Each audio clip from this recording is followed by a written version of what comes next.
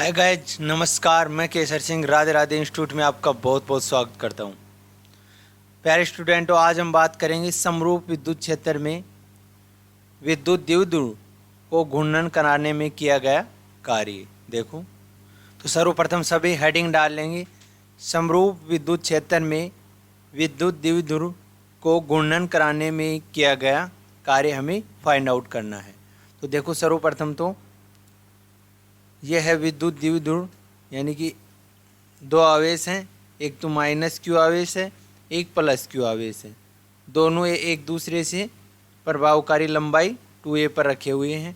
इस कारण इन दोनों के मध्य लगने वाला विद्युत द्विध्रुव बल लगता है। ठीक है, और ये इसे जैसे इलेक्ट्रिक फील्ड इस प्रकार है, विद्युत क्षेत्र समरूप है। समरूप का मतलब हर जगह समान होगा, इस प्रकार है। तो इसमें विद्युत द्विध्रुव है ना, जो इसको घूर्णन कराएगा। जैसे देखो, ये है विद्युत द्विध्रुव। ए पॉइंट पर तो कौन सा है, प्लस क्यू आवेश, और बी पॉइंट पर कौन सा है, माइनस क्यू आवेश। ठीक है, तो इसको सर्वप्रथम तो डी थीटा कोण पर घुमाता है। देखो, बी डैश और ये ए डैश। यहाँ से बनने वाला कोण कितना होगा, सर्वप्रथम तो डी थीटा तक इसे घुमाते हैं, फिर इसे सेकंड बार इसको यहाँ तक घुमाते हैं। ठीक है, ए डैश डबल डैश और बी डबल डैश। ठीक है, यहाँ पर कोण क्या होगा, थीटा 1, यानी कुछ भी सर्वप्रथम तो अल्प कोण के लिए घुमाएंगे इसे, और फिर उसके बाद में कंप्लीट घुमा देंगे इसे। ठीक है, चलो इसकी थ्योरी देखते हैं। माना चित्र अनुसार समरूप विद्युत क्षेत्र ई वेक्टर में एक विद्युत द्विध्रुव ए बी स्थित है। ठीक है, जिसका द्विध्रुव आघूर्ण P बराबर Q इंटू 2a। द्विध्रुव आघूर्ण क्या होता है, आवेश का परिमाण इंटू प्रभावकारी लंबाई। तो ये द्विध्रुव आघूर्ण हो गया इसका है M। यह है प्रारंभ में ए बी अवस्था पर स्थित होता है। प्रारंभ में तो ए बी इस प्रकार होता है।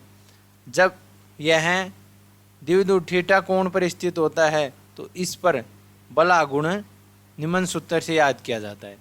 जब सर्वप्रथम डी थीटा कोण पर स्थित होता है तो इस पर बल आघूर्ण, यानी इसको द्विध्रुव घुमाएगा। तो किस प्रकार घुमाएगा, टो बराबर P sine theta, equation first. अतः द्विध्रुव को थीटा कोण तक विस्थापित करने में किया गया कार्य तो क्या होगा, देखो कार्य बराबर क्या होता है, बल इंटू विस्थापन। तो यहाँ पर बल घुमाने में किया गया कार्य टो होगा। ठीक है, और डी थीटा विस्थापन होगा। तो इक्वेशन 1 से टो की वैल्यू रखेंगे तो क्या आ जाएगी, पी साइन थीटा। ये वैल्यू यहाँ पर पुट करेंगे तो इसकी वैल्यू ये प्राप्त हो जाएगी। इसके बाद देखो, अतः द्विध्रुव को थीटा बराबर 0 डिग्री से थीटा बराबर 0 नोट तक घुमाने में किया गया कार्य। देखो, सर्वप्रथम तो हमने अल्प घुमाया था डी थीटा तक। ठीक है, अब कंप्लीट घुमा रहे हम 0 डिग्री से, यानी इस प्रकार से, और यहाँ तक घुमा रहे हैं। तो देखो कंडीशन, 0 से क्यों थीटा नोट तक घुमा रहे हैं। डी डब्ल्यू की वैल्यू लिखेंगे तो देखो पी साइन थीटा, फिर साइन थीटा डी थीटा, ये डी डब्ल्यू की वैल्यू लिख दिया अल्प कार्य की। ये वैल्यू यहाँ पर पुट करेंगे, इसको थोड़ा सोल्व करेंगे तो इस राशि को बाहर निकाल लेंगे, कॉन्स्टेंट राशि को। उसके बाद में साइन थीटा का इंटीग्रेशन करेंगे, साइन थीटा का इंटीग्रेशन डी थीटा के सापेक्ष, तो इसका हो जाएगा माइनस कोस थीटा। ठीक है, तो ये इसका इंटीग्रेशन आ गया। इसमें लिमिट पुट करेंगे तो upper limit minus lower limit. Upper limit क्या है, थीटा बराबर theta note minus cos 0 degree. ठीक है, अब कोस 0 का वैल्यू क्या होती है, 1 होती है। तो यहाँ पर 1 वैल्यू पुट करेंगे, 1। तो ऐसे कैसे आ गया यहाँ पर। ठीक है, माइनस को बाहर ले लिया यहाँ पर, ये ऐसे कैसे आ गया सेम। चलो, इसके बाद में माइनस को अंदर ले जाएंगे तो 1 माइनस थीटा नोट आ जाएगा। ठीक है, ये किया गया कार्य आ गया। अब इसकी विशेष स्थिति देखो इस प्रकार होंगी। विशेष स्थिति, यदि द्विध्रुव को थीटा 1 से θ2 तक घुमाया जाता है तो किया गया कार्य क्या होगा, θ1 से तो cos θ1 माइनस cos θ2। अब θ1 बराबर 0 डिग्री ले रहे हैं और यदि θ2 बराबर 90 डिग्री, तब गुणन कराने में किया गया कार्य क्या होगा, देखो cos 0 की वैल्यू होती है 1 और cos 90 की वैल्यू होती है 0। यहाँ पर वैल्यू 1 रख देंगे, इसकी रख देंगे 0, तो पी को ओनली पी आ जाएगा, किया गया कार्य। ठीक है भाई। तीसरी स्थिति देखो, यदि द्विध्रुव को θ1 बराबर 0 डिग्री से 180 डिग्री तक गुणन कराने में किया गया कार्य, तो θ1 तो क्या रख देंगे 0 डिग्री और θ 180 डिग्री का वैल्यू होती है, देखो cos 0 डिग्री की वैल्यू होती है 1 और cos 180 की वैल्यू होती है -1। तो यहाँ पर वैल्यू रखेंगे 1 और यहाँ पर रखेंगे -1, तो माइनस माइनस ये हो जाएगा प्लस और ये वैल्यू आ जाएगी 2PE, किया गया कार्य यानी दुगना हो जाएगा। ठीक है। इसके बाद में नेक्स्ट चलो, नेक्स्ट एडिंग डालेंगे, चालक एवं विद्युत रोधी पदार्थ, यानी चालक क्या पदार्थ होते हैं और विद्युत रोधी पदार्थ किस प्रकार के होते हैं। देखो, धारा के चालन के आधार पर पदार्थ दो प्रकार के होते हैं, यानी कि जो करंट प्रभाव होती है ना, उसके आधार पर पदार्थ दो प्रकार के होते हैं। पहला पदार्थ होता है चालक पदार्थ। देखो, चालक पदार्थ किसे कहते हैं, ऐसे पदार्थ जिनमें आवेशों का रूपांतरण होता है एवं विद्युत धारा प्रवाहित होती है, इस प्रकार के पदार्थों को चालक पदार्थ कहते हैं। यानी चालक पदार्थ उसे कहते हैं जिसमें धारा का चालन होता है या आवेश का रूपांतरण होता है, उसे क्या कहते हैं, चालक पदार्थ कहते हैं। अब इसके एग्जाम्पल ले सकते हैं, देखो सोना, चांदी, कॉपर, आयरन, लोहा, सभी धातुएं, लवणीय जल, ग्रेफाइट, जीव जंतु, पादप, ETC, ये इसके एग्जाम्पल हो गए। इसमें सबसे ज़्यादा चांदी सबसे अच्छा सुचालक होता है। इसका मतलब है कि जो करंट प्रवाह होगा ना, वो सबसे ज़्यादा चांदी में सरल रूप से होता है। ठीक है। इसके बाद में विद्युत रोधी पदार्थ क्या होते हैं, देखो, या कुचालक पदार्थ क्या होते हैं, ऐसे पदार्थ जिनमें आवेशों का स्थानांतरण नहीं होता है एवं विद्युत धारा प्रवाहित नहीं होती, इस प्रकार के पदार्थों को कुचालक या विद्युत रोधी पदार्थ कहते हैं।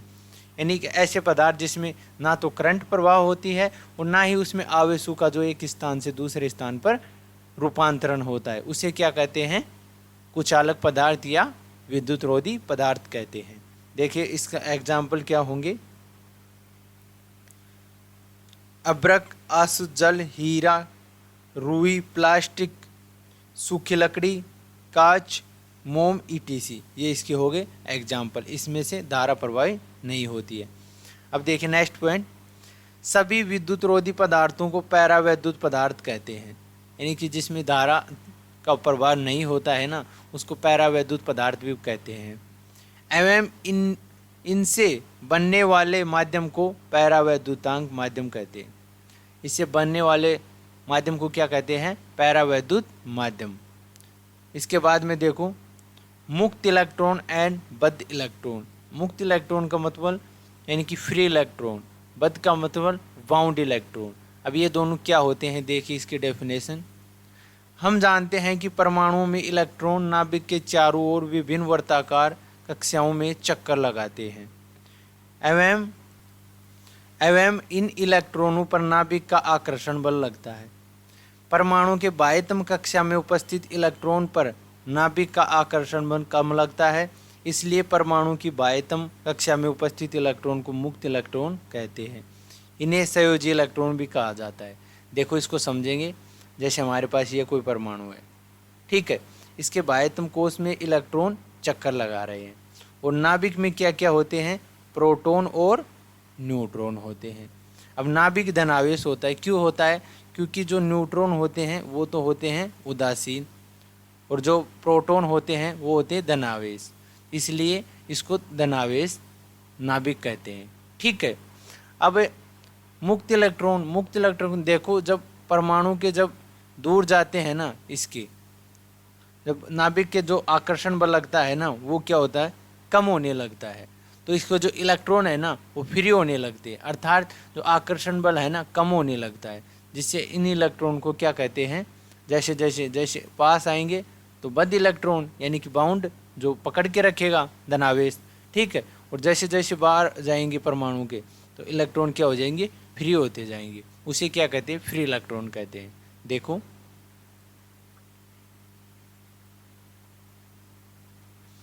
परमाणु में नाभिक के समीप स्थित कक्षाओं में उपस्थित इलेक्ट्रॉन नाभिक का आकर्षण बल सर्वाधिक लगता है। मैंने ऊपर समझा दिया है कि जो परमाणु होते हैं ना उसमें नाभिक, जैसे ये परमाणु है और ये है नाभिक, तो इसके पास के जो ये कक्षक होते हैं ना इसमें जो इलेक्ट्रॉन होते हैं वो बद्ध होते हैं यानी बाउंड होते हैं। क्यों होते हैं, क्योंकि इलेक्ट्रॉन को जो धनावेश होता है ना वो अपनी ओर आकर्षित करता है, इसलिए ये इलेक्ट्रॉन बाउंड इलेक्ट्रॉन होते हैं। आगे देखो, इसलिए इन इलेक्ट्रॉनों को बद्ध इलेक्ट्रॉन या बाउंड इलेक्ट्रॉन कहते हैं।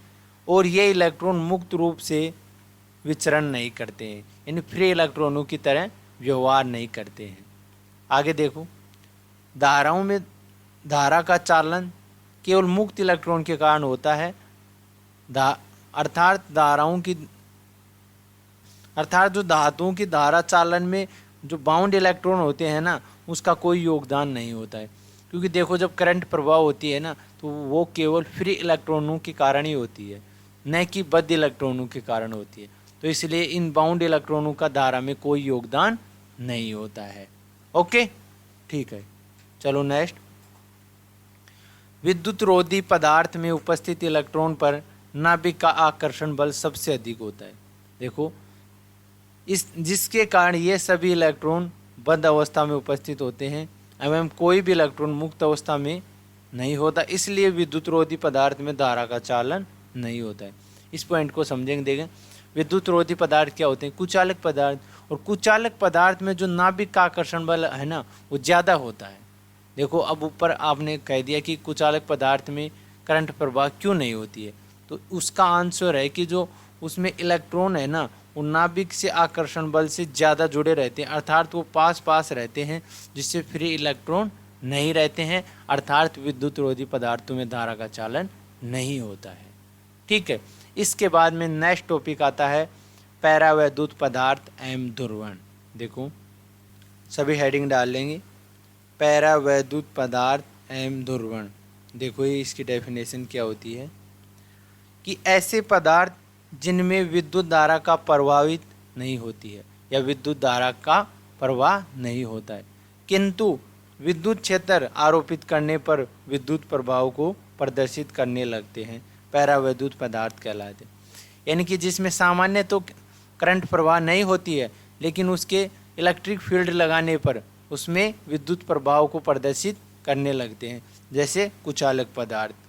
देखो पैरावैद्युत पदार्थ विद्युत प्रभाव से हमारा यह तात्पर्य है कि पैरावैद्युत पदार्थ के अणुओं पर विद्युत क्षेत्र आरोपित करने पर पैरावैद्युत पदार्थ के अणु पर आवेश कुछ क्षण के लिए व्यवस्थित हो जाता है एवं अणु द्विध्रुव की भांति व्यवहार करने लगता है। इस पॉइंट का अर्थ समझो कि जो कुचालक यानी पैरावैद्युत पदार्थ होते हैं ना वो विद्युत प्रभाव से, यानी कि इस प्रकार समझ सकते हैं हम कि जो विद्युत क्षेत्र आरोपित करने पर उसमें जो अणु है ना उस पर थोड़ा थोड़ा आवेश आ जाता है और आवेश आने के कारण वो अपोजिट चार्ज को अपनी ओर आकर्षित करने लग जाते हैं। इस कारण उसके अंदर क्या, पैरावैद्युत पदार्थों के अंदर विद्युत प्रभाव दर्शाता है।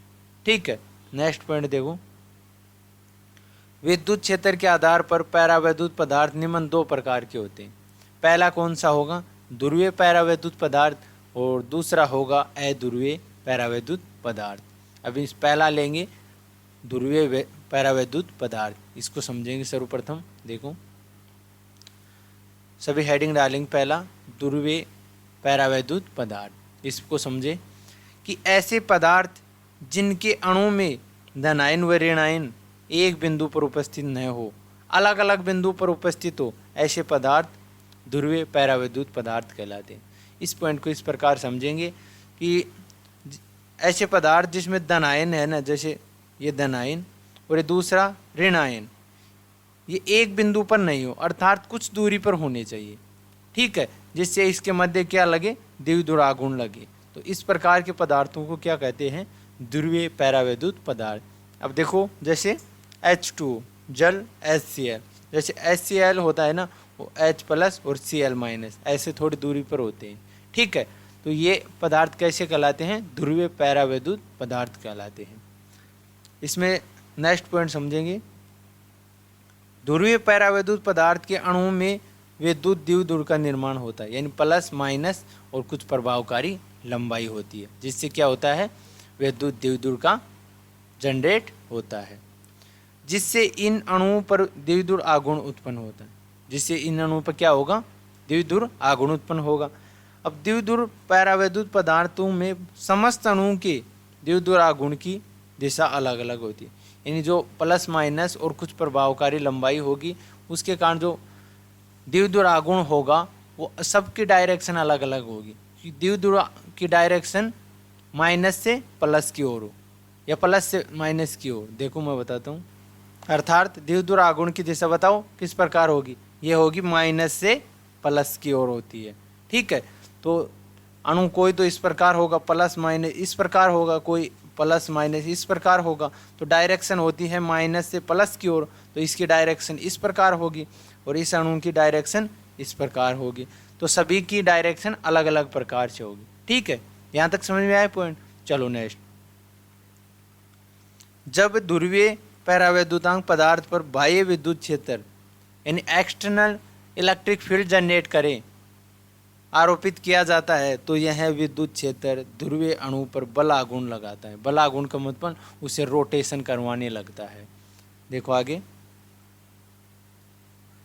जिसके कारण यह ध्रुवीय अणु ई वेक्टर की दिशा में सरेखीय मतलब उसकी रेखा में स्थित हो जाता है, और जैसे जैसे आरोपित विद्युत क्षेत्र का मान बढ़ाते जाते हैं, यानी इलेक्ट्रिक फील्ड का मान बढ़ाते जाते हैं, वैसे वैसे ध्रुवीय अणु विद्युत क्षेत्र की दिशा में संरेखित होते जाते हैं, यानी उसकी दिशा में एक रेखा में व्यवस्थित होते जाते हैं।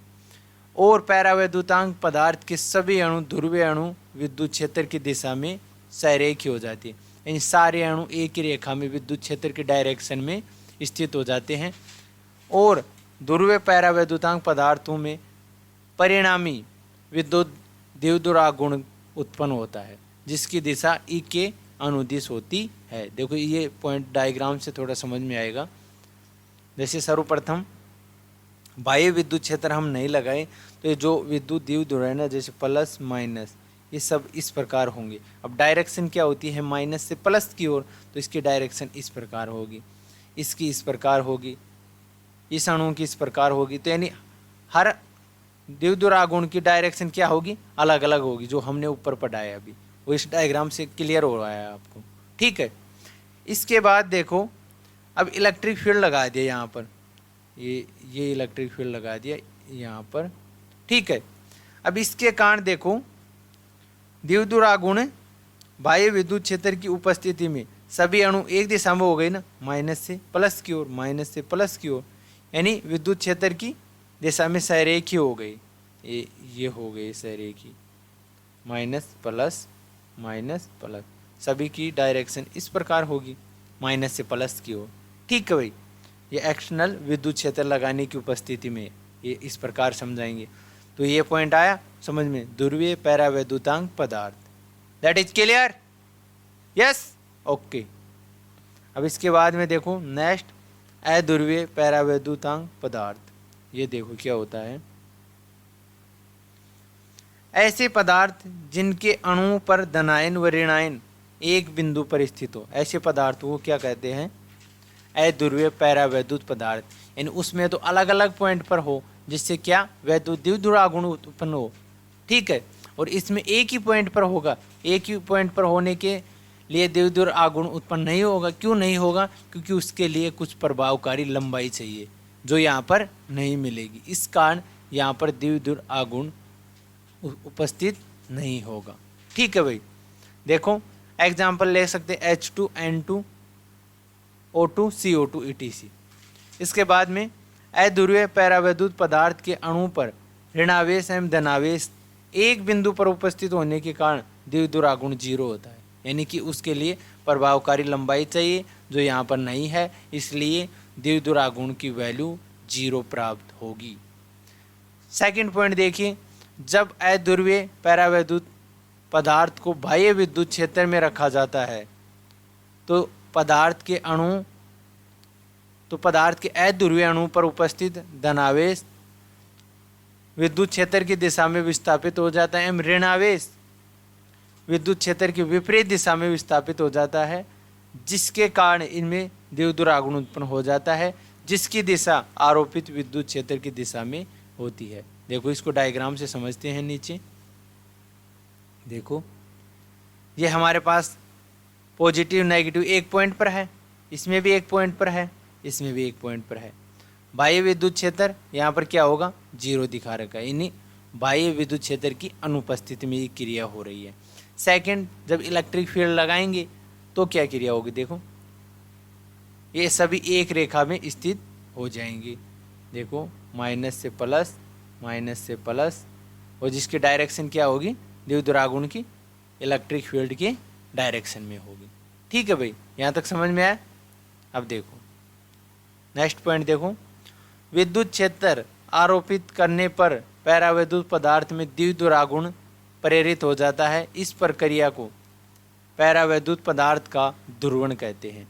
यानी कि जब भी हम बाह्य इलेक्ट्रिक फील्ड लगाते हैं ना इस पर, तो इसमें पैरावैद्युत पदार्थ के द्विध्रुवागुण उत्पन्न हो जाता है। तो इस कंप्लीट प्रोसेस को क्या कहते हैं, पैरावैद्युत पदार्थ का ध्रुवण कहते हैं। नेक्स्ट पॉइंट देखो, पैरावैद्युत पदार्थ पर विद्युत क्षेत्र आरोपित करने पर प्रेरित द्विध्रुवागुण विद्युत क्षेत्र के समानुपाती होता है, यानी ई समानुपाती P होता है, जिसकी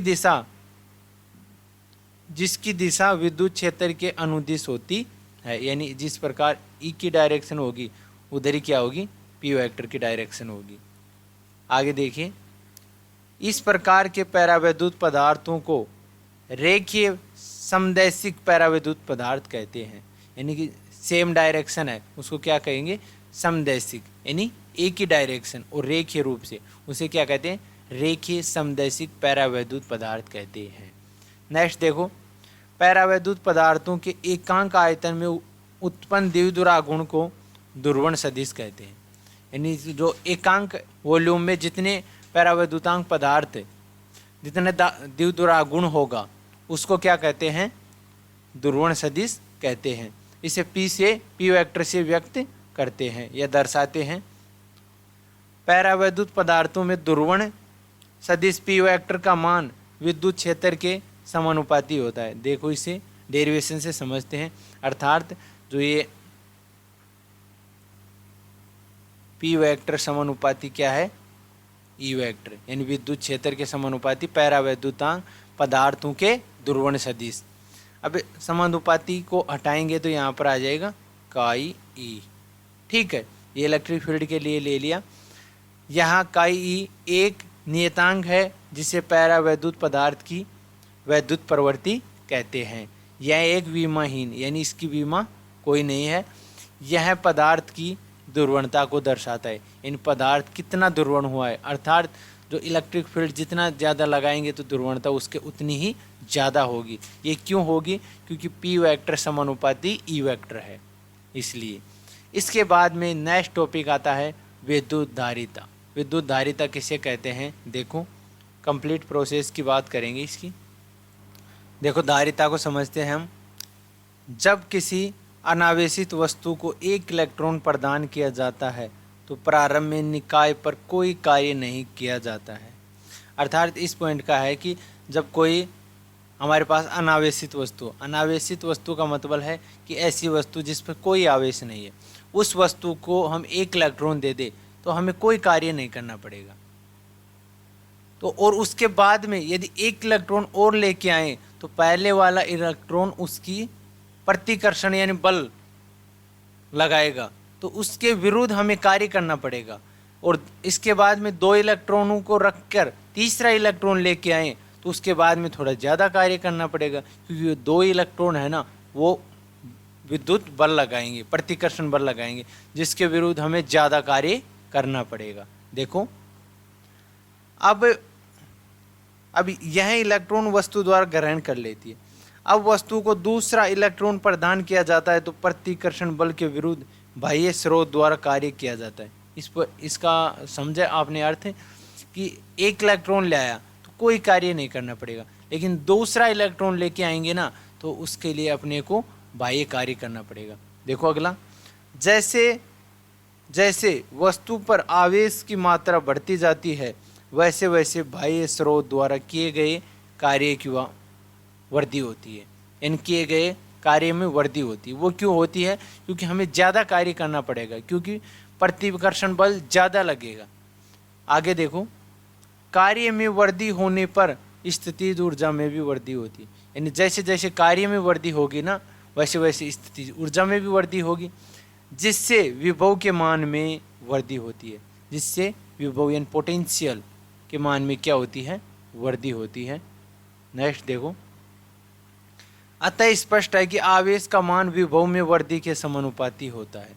यानी जितना आवेश की वैल्यू होगी ना वो उतने ही विभव में वृद्धि होगी। देखो जैसे माना किसी वस्तु को Q आवेश देने पर उस वस्तु के विभव में V वृद्धि हुई तो Q समानुपाती V। तो यहाँ पर समानुपाती को हटाएंगे तो यहाँ पर आएगा C। C एक कांस्टेंट आ गया जिसे निकाय की धारिता कहते हैं। यही बताती है कि आवेश कितना देने पर विभव की वैल्यू में कितनी वृद्धि होगी। ठीक है, देखो समीकरण 1 से, समीकरण 1 बराबर क्या थी? Q समानुपाती V। जितना जितना आवेश देंगे वैसे वैसे विभव की वैल्यू बढ़ती जाएगी। इसके बाद में एक कांस्टेंट राशि C आ गई। इसे क्या कहते हैं? धारिता कहते हैं। इसे क्या कहते हैं? धारिता कहते हैं। और यहाँ से यदि C की वैल्यू निकालेंगे तो ये V इधर जाएगा, इसके अपोन में Q अपॉन V ये प्राप्त होगा धारिता की वैल्यू। तो ये धारिता की वैल्यू इक्वेशन 2 आ गई। अब यहाँ पर यदि विभव की वैल्यू 1 वोल्ट ले ले, ये स्पेशल केस ले रहे हैं यहाँ पर 1 वोल्ट, तो इसकी क्या यानी कि धारिता की वैल्यू आवेश के बराबर निकल के आ जाएगी। अर्थात इसकी डेफिनेशन भी ले सकते हैं हम, यदि किसी वस्तु को 1 वोल्ट विभव दिया जाए तो वस्तु पर संचित आवेश की मात्रा को ही उस वस्तु की धारिता कहते हैं। अर्थात जैसी से दर्शाते हैं, जैसी से व्यक्त करते हैं।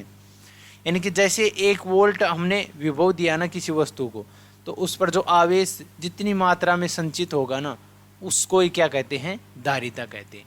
ठीक है भाई। नेक्स्ट पॉइंट देखो, यानी वस्तु की धारिता आवेश को एकत्रित करने की क्षमता को निरूपित करती है। इसका मतलब, कहने का मतलब ये है कि जैसे कोई वस्तु है ये कितने आवेश को इकट्ठा करेगी, उस कैपेसिटी को क्या कहते हैं? धारिता कहते हैं। क्या कहते हैं? धारिता कहते हैं। वस्तु के आवेश Q और V के मध्य ग्राफ ये हम खींच सकते हैं। देखो जैसे ये है y एक्सिस, ये है x एक्सिस। ठीक है भाई, ये विभव की वैल्यू इधर जा रही है और Q की वैल्यू इधर, आवेश की वैल्यू। तो ये देखो एकदम सीधी रेखा जाएगी। क्यों? क्योंकि जैसे यहाँ पर आवेश की वैल्यू 1 कूलाम है तो यहाँ पर विभव की वैल्यू 1 वोल्ट होगी। इसकी वैल्यू 2 है तो इसकी वैल्यू भी 2 होगी। ठीक है, इसकी वैल्यू 3 है तो इसकी वैल्यू भी 3 होगी। इसका कहने का मतलब ये है कि जैसे जैसे आवेश बढ़ता जाएगा विभव की वैल्यू भी बढ़ती जाएगी। ठीक है, जैसे जैसे आवेश की वैल्यू कम होती जाएगी विभव की वैल्यू भी कम होती जाएगी। ठीक है, अब देखो, अब ये वक्र की प्रवणता किसको tan थीटा डिनोट करती है? dy upon dx। यानी कि चेंज किस में हो रहा है? चेंज इसमें तो आवेश में हो रहा है और यहाँ विभव में हो रहा है। तो समीकरण 2 से Q अपॉन V बराबर क्या? C आता है। Q अपॉन V बराबर C दर्शाया है इक्वेशन 2 से। ठीक है, तो इसकी वैल्यू रखने पर ये धारिता बराबर tan थीटा आ गया। तो इसकी हम डेफिनेशन देखो किस प्रकार देंगे। वस्तु की धारिता का मान वस्तु के आकार, आकृति व माध्यम की उपस्थिति एवं अन्य चालक की उपस्थिति पर भी निर्भर करता है। यानी जो धारिता की वैल्यू है ना, आकार, आकृति व माध्यम पर भी निर्भर करती है। क्योंकि C क्या है? जैसे आवेश, यानी वस्तु ज़्यादा बड़ी होगी तो आवेश ज़्यादा इकट्ठा करेगी। ठीक है, और वो उसकी कैपेसिटी को क्या डिनोट करता है? धारिता डिनोट कर रही है। देखो इसके नीचे, वस्तु की धारिता का मान आवेश व विभव पर निर्भर नहीं करता है। यानी कि जो धारिता की वैल्यू है ना, आवेश Q व विभव V पर निर्भर नहीं करता है। देखो किस प्रकार है। नेक्स्ट, धारिता का मात्रक या इकाई। धारिता का SI मात्रक होगा कूलाम अपॉन वोल्ट। इसे 1 फैराडे कहते हैं और इसे F से व्यक्त करते हैं। यह धारिता का सबसे बड़ा मात्रक है। यानी जो धारिता का मात्रक है ना, वो फैराडे होता है और वो सबसे बड़ा मात्रक है। नीचे दिखे, इसको देखो, इस प्रकार भी लिख सकते हैं 1 फैराडे बराबर 1 कूलाम अपॉन 1 वोल्ट। ठीक है। यदि किसी वस्तु को 1 वोल्ट का विभव दिया जाए तो उस वस्तु पर संचित आवेश की मात्रा 1 कूलाम हो तो वस्तु की धारिता 1 फैराडे कहलाती है। यानी कि इस जो टर्म का है ना, उसको हम इस प्रकार डेफिनेशन से लिख सकते हैं। ठीक है।